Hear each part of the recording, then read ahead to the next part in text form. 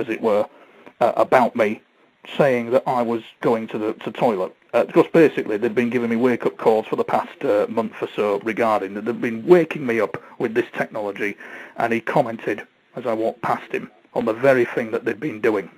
And then this other woman kind of like stepped back from the, it's kind of like they left the pub. This other woman tried to get eye contact with me, Jason, in a mirror. And she said to him, "Why isn't Tony talking to us?" And he said, "I don't know." And they both walked out the pub. And you're thinking to yourself, that hasn't happened. And it has. But the mind's thinking, no, it hasn't. It has happened. And those people are responsible for targeting you. And your mind is trying to deal with it. But it can't. It cannot accept the reality of what has just happened. And so these people need to be brought to account, and they need to be held publicly. The public need to be aware that this technology does exist. And as Eisenhower said, this is the kind of avenue we're going down, of the kind of various things that they're getting up to at the moment without any accountability to anyone. It's very sinister, Jason, very sinister indeed. Yeah, and if people don't believe that this technology exists, just Google search microwave crowd technology even being used right now in Iraq. Yes. And they will definitely find viable information to prove what you're saying is true. Oh, yes. Oh, absolutely. I always believed in simplicity, too. I always had a theory that we're kind of like radio beacons, the yes. human mind and everything. I really do believe that, so I don't find it too hard to believe. No, well, if you look in Nick Beglich's book on mind control, there was a document done by the U.S. Air Force to do with the deployment of technology, classing the human being as a biological processor, as a computer. And as a computer can be shut down and manipulated, so can a human being, a biological organism, be shut down and manipulated, and so on and so forth. And this technology was considered and as it developed at a frightening level behind the scenes. And the thing is, Jason, is I have reason to believe that these people were doing exactly that. They were testing this technology on me. If I reflect back on what was going on, they were testing it on me and probably thought I was a total freak because I'd put up this website to do with UFOs. Little did they know that these things were genuine and this is what was happening. And I think that they were experimenting on me with this technology. That's my opinion on it. I totally agree with you, and you know, I can only imagine the way you felt, and you probably felt trapped at every corner. Yes. You know, and just know it exists. It's the evil, Jason. It's the evil behind it. You know, and the fact that they're sending you up the barking path with this. They're sending you bonkers with this technology, while at the same time saying that they will help you when they're not helping you. They were causing all sorts of problems with this technology. And I started doing a bit of detective work because I realised that this chap who had come into this pub was in driving distance of my town.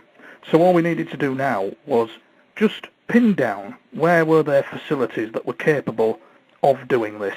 And sure enough, there is facilities in this area, a military facility nearby, an American one, that could be, but it can't be proven, that could be capable of deploying this technology. Now, they certainly, in the current climate, these organisations wouldn't want this public.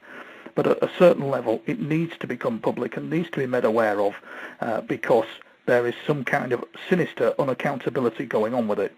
And it's leading to microchip technology, of that I'm sure. And that's how I feel with it at the moment. But I engage in a pretty ferocious and nasty war with them. I mean, I was ringing up the speaking clock and giving them hell over the phone. As soon as they'd wake me up, I'd be on the speaking clock giving them hell down the phone because I knew the phone was tapped.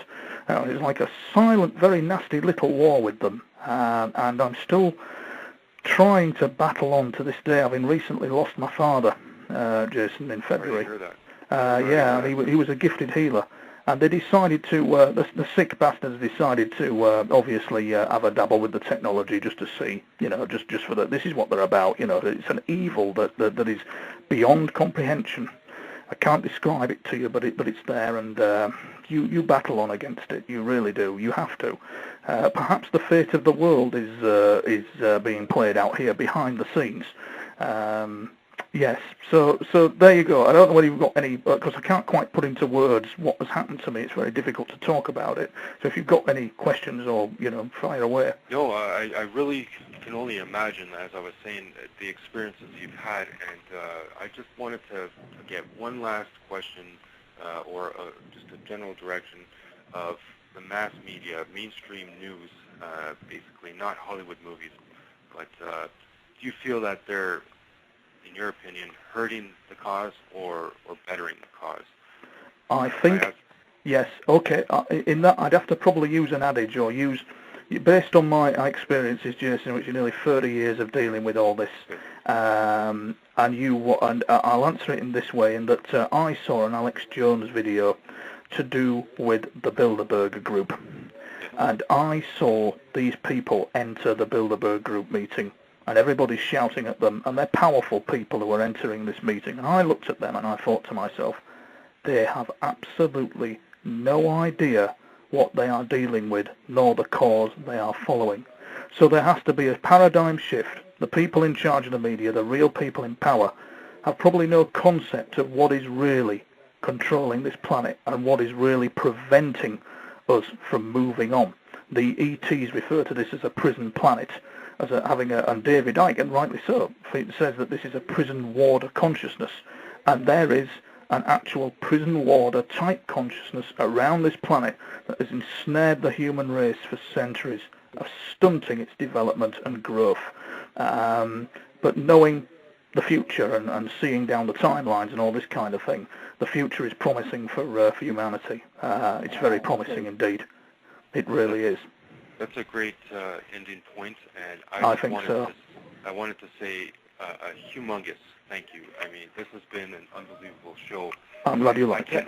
I can't wait till your book comes out. I'll be waiting in line, definitely, to pick up my copy. And, oh, lovely. Well, thank you. It's just with all that's going on at the moment, it's having difficulty trying to focus on it and get it sorted out. But I've met some very good friends along the way. I've come across some very good friends who have supported me through thick and thin and have been very kind to me.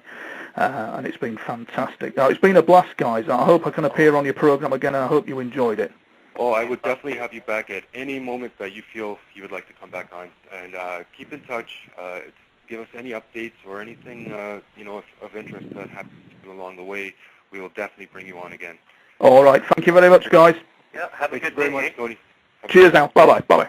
Bye. Bye. I want to thank everyone for being a part of Paranormal Guys Inc. Radio. This was an incredible episode.